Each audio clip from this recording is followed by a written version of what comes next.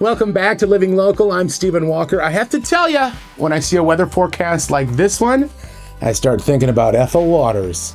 We're having a heat wave, baby. A tropical heat wave. Here's your weekend weather outlook. We're going to have a very warm weekend ahead, which I'm sure most of you have been looking forward to. This is kind of like your first fall spring that you're going to see of the year there. Sunny and warm on Friday to start off your weekend, just below 50 degrees. And Saturday, you'll reach into the low 50s with mostly sunny skies, and it gets even better. You'll see mostly sunny skies once again on your Sunday, lower 50s. Not much of a better weekend can be projected there. Now, Futurecast, let's break that down. Pretty boring, not too much to talk about. You'll have some clouds move in at times. But look at this Friday night, gonna be a nice one out there. Pretty clear skies. That continues right into noon on Saturday. We're going down into the valley. You could start to see some cloud cover make its way in here, looking clear farther up to the north. And then 8 p.m. clearing out once again. You might have some really light overcast, but don't expect too much from that. And then moving in towards Sunday, again, just a clear day here that continues right into your evening. Can't ask for a much better weekend as far as cloud cover goes. For your highs, let's take a look at this. We're seeing lower 40s farther up north, upper 40s as you look down to the south here, 48 in La Crosse.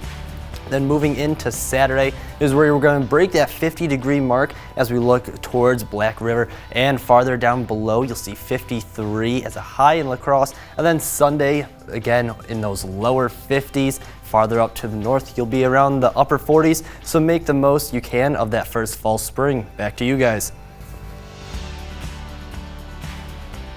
Coming up Friday, February the 20th, there is a special concert coming up at the Pump House Regional Arts Center, The Nunnery and Westerlin Hagen. Now, Westerlin Hagen is a duo of jazz ambient pop tunes, born of two men who have been friends for over 30 years, Joe Westerlin and Trevor Hagen. I have the pleasure of talking to Trevor today about the upcoming show. You're from Eau Claire, is that correct?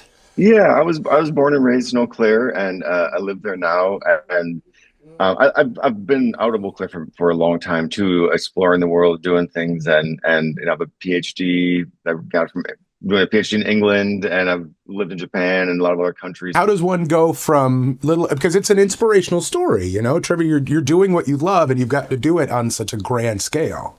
Oh, thanks so much. That's really kind to say. I think I went abroad in about 2003 and I came back in like 2017. So I had a good run abroad, and I became very taken by like my part of my expertise, you could say, is about rock and roll in Eastern Europe during communism. And so I was really deep into, I could tell you whatever you want to know about rock and roll in Czechoslovakia in the 70s and 80s. No kidding.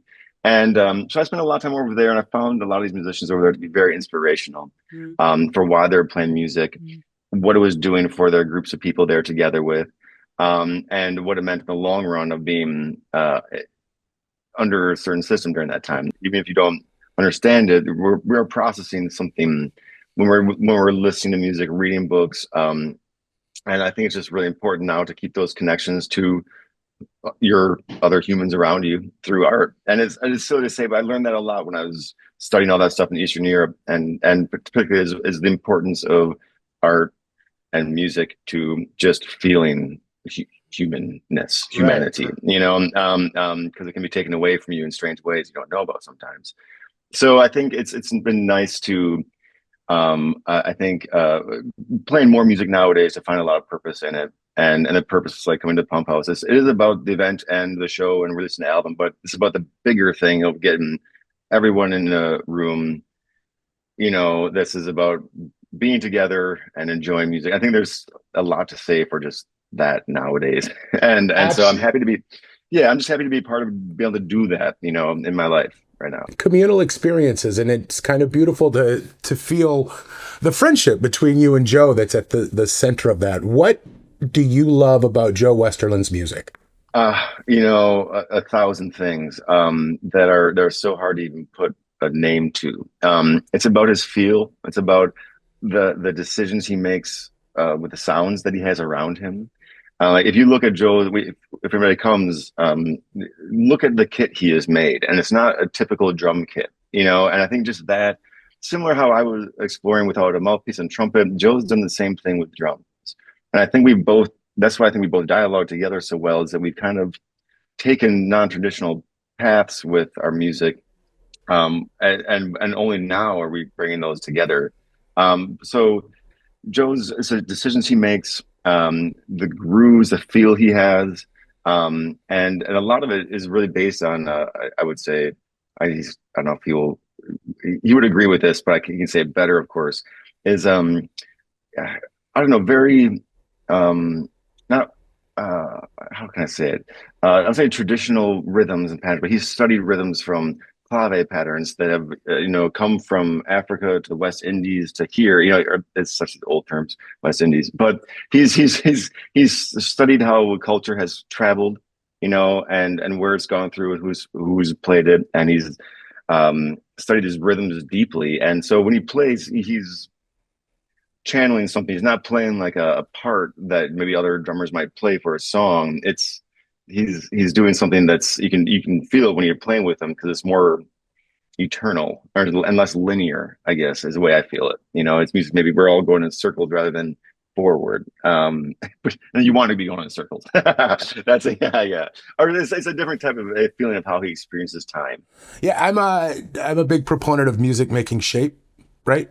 And like either it's an arduous climb to this shape or it's an easy drift into it or whatever it is. So, and your music feels like that. What you guys have created together feels like that journey to somewhere. Oh, thank you so much. Yeah, I mean, something, and it really, all these songs are improvised, and somehow we will come to a spot and we both just kind of know where to go with it. And I think that is, we reflect on this a lot. We both also went to UWEC, which means that, and we grew up very near each other. So like the first 20 years of our life, we lived in the same 2 miles of each other.